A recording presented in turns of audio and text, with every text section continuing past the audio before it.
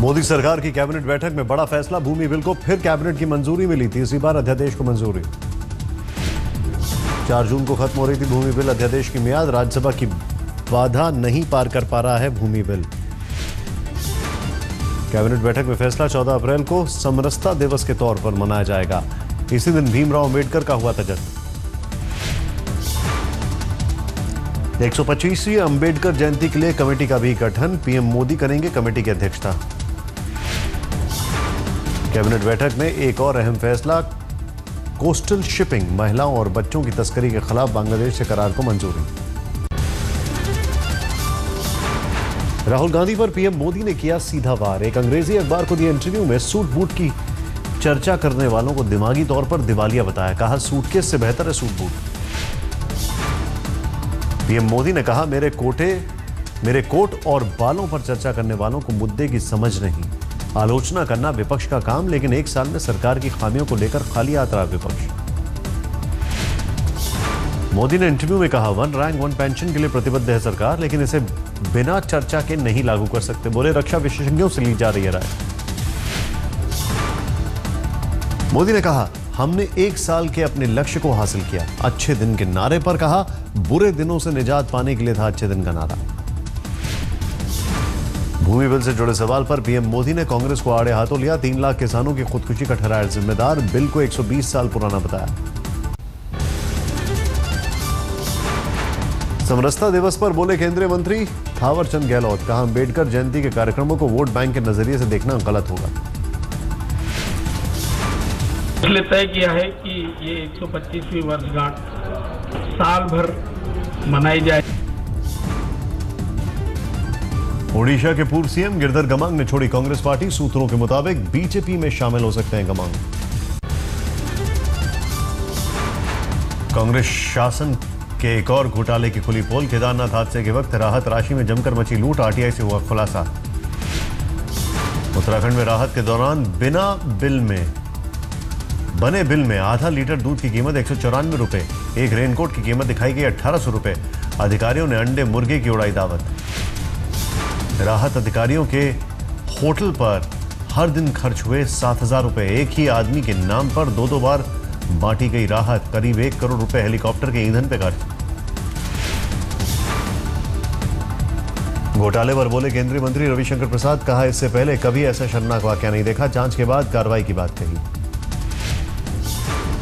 अब ये विषय हमारे सामने में आएगा, आपने बताया है, तथ्यों की जानकारी प्राप्त करेंगे तो फिर वहां इस बारे में कोई आगे की कार्रवाई के बारे में। दिल्ली में सीएम केजरीवाल के आवास पर बीजेपी का प्रदर्शन, जासूसी उपकरण की खरीद को लेकर सड़क पर उतरे बीजेपी कार्यकर्ता। बीजेपी का आरोप, कहा सरकार सुरक्षा के लिए नहीं विरोधियों को निशाना बनाने के लिए खरीद रही है जासूसी उपकरण, बिजली पानी जैसे असल मुद्दों पर नहीं रहा ध्यान। लोगों के लिए बिजली चाहिए, पानी चाहिए, बाकी सारी चीजें वो ना करके आप जिस तरह की लड़ाई झगड़े में उलझे हुए हैं, आज 100 दिन हो गए, 100 दिन में आपने कुछ किया नहीं। बीजेपी प्रदर्शनकारियों पर पुलिस ने पानी की बौछार की, कुछ लोगों को घायल होने की भी खबर।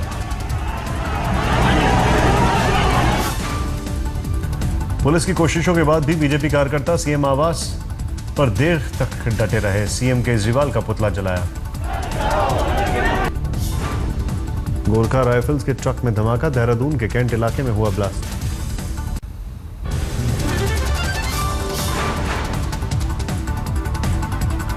आईआईटी मद्रास के बाहर डीवाईएफआई संगठन से जुड़े छात्रों का प्रदर्शन, अंबेडकर परियर स्टडी सर्कल पर प्रतिबंध के मद्देनजर आईआईटी प्रशासन और मानव संसाधन मंत्रालय का विरोध। छात्र समूह पर प्रतिबंध के मुद्दे पर आम आदमी पार्टी ने भी जंतर मंतर पर किया प्रदर्शन, फैसले को अभिव्यक्ति की स्वतंत्रता पर प्रहार बताते हुए स्मृति ईरानी और पीएम पर साधा निशाना। पेरियार स्टडी सर्कल के मुद्दे पर राहुल और स्मृति ईरानी आमने सामने, स्मृति ने राहुल को दी सीधी बहस की चुनौती, कहा जब चाहे शिक्षा या किसी भी मुद्दे पर कर सकते हो बहस। राहुल और स्मृति में तकरार की शुरुआत ट्विटर पर हुई। आईआईटी मद्रास के एक छात्र समूह पर बैन लगाने के फैसले को राहुल ने ट्वीट करके की थी आलोचना।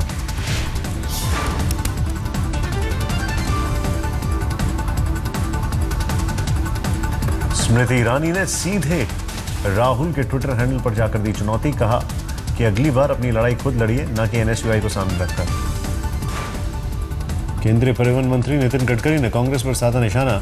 मुंबई में कहा, चुनावी हार से सत्ता और ताकत छिन जाने से बिगड़ गया है नेताओं का दिमागी संतुलन। गृह मंत्री के छत्तीसगढ़ दौरे से पहले सुकमा जिले में मिले 2 जिंदा बम। धर्मपेटा और चित्तूर में टिफिन में छिपाकर रखे गए बम का वजन 25 किलो था। आज रायपुर दौरे पर जा रहे हैं गृह मंत्री राजनाथ सिंह। यूनिफाइड कमांड की बैठक में होंगे शामिल। बैठक में नक्सलियों के खिलाफ चलने वाले ऑपरेशन को दिया जाएगा अंतिम रूप। छत्तीसगढ़, आंध्र प्रदेश, ओडिशा और महाराष्ट्र के आला अफसर भी मौजूद। आतंकियों के चलते कश्मीर में मोबाइल सेवा लगातार बाधित। पिछले हफ्ते 2 मोबाइल विक्रेताओं को निशाना बना चुके हैं आतंकी। बीएसएनएल के साथ ही प्राइवेट मोबाइल कंपनियों के विक्रेता भी हैं आतंकियों के निशाने पर। सोपोर, सीरी पठान, संग्रामा, वांगोरा जैसे इलाकों में है दहशत। जांच में जुटी है पुलिस।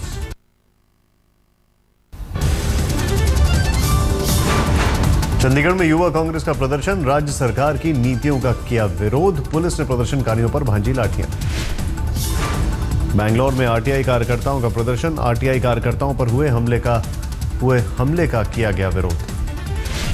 पुणे में हुई एनडीए की पासिंग आउट परेड। रक्षा मंत्री मनोहर पर्रिकर भी समारोह में शामिल। पर्रिकर ने पाकिस्तान के भारत पर आतंकवाद का आरोप मढ़ने का दिया जवाब। कहा, उल्टा चोर कोतवाल को डांटे।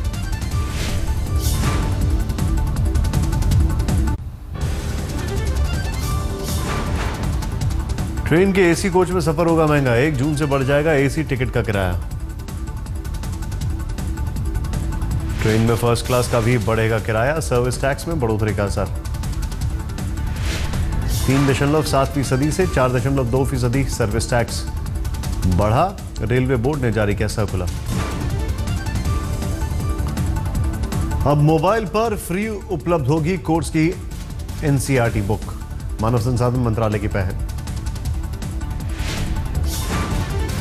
1ली से लेकर 12वीं तक की किताबें जून के पहले हफ्ते में मोबाइल पर पढ़ सकेंगे छात्र। 2 महीने बाद गैर एनसीईआरटी किताबें भी मोबाइल ऐप पर होंगी उपलब्ध। शिक्षा मंत्रालय के मुताबिक ऑनलाइन किताबों के मोबाइल ऐप से छात्रों को सुविधा के साथ प्राइवेट कोचिंग कल्चर पर कसेगी लगाम।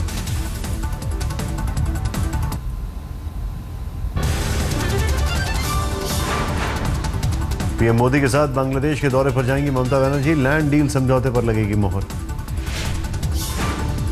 भारतीय सेना की आज और बड़ी ताकत। Multi barrel rocket launcher Pinaka mark 2 का पोखरण रेंज में हुआ सफल परीक्षण। डीआरडीओ ने सेना के लिए विकसित किया है पिनाक। 60 किलोमीटर तक की है पिनाक की मारक क्षमता। मध्य प्रदेश के चर्चित व्यापम घोटाले में से जुड़े 156 लोगों की संदिग्ध मौत पर बवाल। विपक्ष ने की सीबीआई जांच की मांग। मेरे पास जानकारी है कि 156 से ज़्यादा लोगों की मौत हो चुकी है। विद्यार्थी हैं, कुछ विद्यार्थियों के परिजन हैं, कुछ दलाल हैं।